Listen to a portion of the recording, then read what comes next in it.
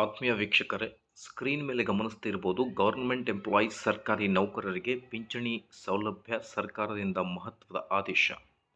ಕರ್ನಾಟಕ ರಾಜ್ಯ ಸರ್ಕಾರಿ ನೌಕರರ ಕುರಿತು ಒಂದು ಲೇಟೆಸ್ಟ್ ಅಪ್ಡೇಟ್ ಬರ್ತಾ ಇದೆ. ಪಿಂಚಣಿ ಕುರಿತು, ಸೌಲಭ್ಯ ಕುರಿತು ಮಾಹಿತಿ ಏನಿದೆ ಅಂತ ಡೀಟೇಲ್ ಆಗಿ ನೋಡ್ತಾ ಬರೋಣ. ವೀಕ್ಷಕರೇ, ಅದಕ್ಕಿಂತ ಮುಂಚೆ ನೀವು ಕೊಡುವ ಒಂದೇ ಒಂದು ಲೈಕ್ ನಮಗೆ ಸಪೋರ್ಟ್ ಆಗಿರುತ್ತೆ. ದಯಮಾಡಿ ವಿಡಿಯೋನ ಲೈಕ್ ಮಾಡಿ, ಅದರ ಜೊತೆಗೆ ನಮ್ಮ ಯೂಟ್ಯೂಬ್ ಚಾನಲನ್ನು ಕೂಡ ಸಬ್ಸ್ಕ್ರೈಬ್ ಮಾಡಿಕೊಳ್ಳಿ. ಸರ್ಕಾರಿ ನೌಕರರು ಹೊಸ ಪಿಂಚಣಿ ಯೋಜನೆ ರದ್ದುಗೊಳಿಸಿ ಹಳೆ ಪಿಂಚಣಿ ಯೋಜನೆ ಮರುಜಾರಿಗೊಳಿಸಬೇಕು ಎಂದು ರಾಜ್ಯ ಸರ್ಕಾರವನ್ನು ಸರ್ಕಾರಿ ನೌಕರರು ಒತ್ತಾಯಿಸುತ್ತಿದ್ದಾರೆ. ಹಳೆ ಪಿಂಚಣಿ ಯೋಜನೆ ಮರುಜಾರಿ ಒಂದು ಕಡೆಯಾದರೆ, ಇತ್ತ ನಿವೃತ್ತಿ ಹೊಂದುವ ರಾಜ್ಯ ಸರ್ಕಾರಿ ನೌಕರರಿಗೆ ಪಿಂಚಣಿ ಸೌಲಭ್ಯ ಕುರಿತು ರಾಜ್ಯ ಸರ್ಕಾರ ಮಹತ್ವದ ಆದೇಶವನ್ನು ಹೊರಡಿಸಿದೆ. ಸರ್ಕಾರಿ ನೌಕರರ ವಯೋನಿವೃತ್ತಿ ಮತ್ತು ಸ್ವಇಚ್ಛಾ ನಿವೃತ್ತಿ ಪ್ರಕ್ರಿಯೆಯನ್ನು ಸಂಪೂರ್ಣವಾಗಿ ಡಿಜಿಟಲ್ ಮಾಡಲು ರಾಜ್ಯ ಸರ್ಕಾರ ಹೆಜ್ಜೆ ಇಟ್ಟಿದೆ.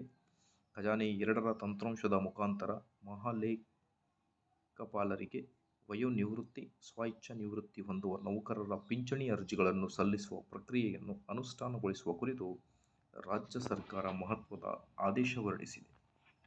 ಉಲ್ಲೇಖಿತ ಸರ್ಕಾರದ ಆದೇಶದ ಖಜಾನೆ 2ರ ತಂತ್ರಾಂಶದ ಮುಖಾಂತರ ಪ್ರಾಯೋಗಿಕವಾಗಿ ಏಪ್ರಿಲ್ 2025ರಿಂದ 3 ತಿಂಗಳ ಕಾಲ ರಾಜ್ಯದ ಎಲ್ಲ ಹಣ ಸೆಳೆಯುವ ಮತ್ತು ಬಡಾವಣೆ ಅಧಿಕಾರಿಗಳು, ಡಿಡಿಒ, ವಯೋನಿವೃತ್ತಿ ಹಾಗೂ ಸ್ವಇಚ್ಛಾ ನಿವೃತ್ತಿ ಹೊಂದುವ ನೌಕರರ ಪಿಂಚಣಿಗೆ ಸಂಬಂಧಿಸಿದಂತೆ ಅರ್ಜಿಗಳನ್ನು ಆನ್ಲೈನ್ನಲ್ಲಿ ದಾಖಲಿಸಿ ಮಂಜೂರು ಮಾಡುವುದು ಮತ್ತು ಭೌತಿಕವಾಗಿ ಸಿದ್ಧಪಡಿಸಿರುವ ಅರ್ಜಿ ಹಾಗೂ ಸಂಬಂಧಿತ ಎಲ್ಲ ದಾಖಲೆಗಳನ್ನು ಮಹಾಲೇಖಪಾಲರಿಗೆ ನಿಯಮಾನುಸಾರ ಸಲ್ಲಿಸಲು ಆದೇಶಿಸಿದೆ ಎನ್ನುವುದರ ಬಗ್ಗೆ ಒಂದು ಲೇಟೆಸ್ಟ್ ಅಪ್ಡೇಟ್.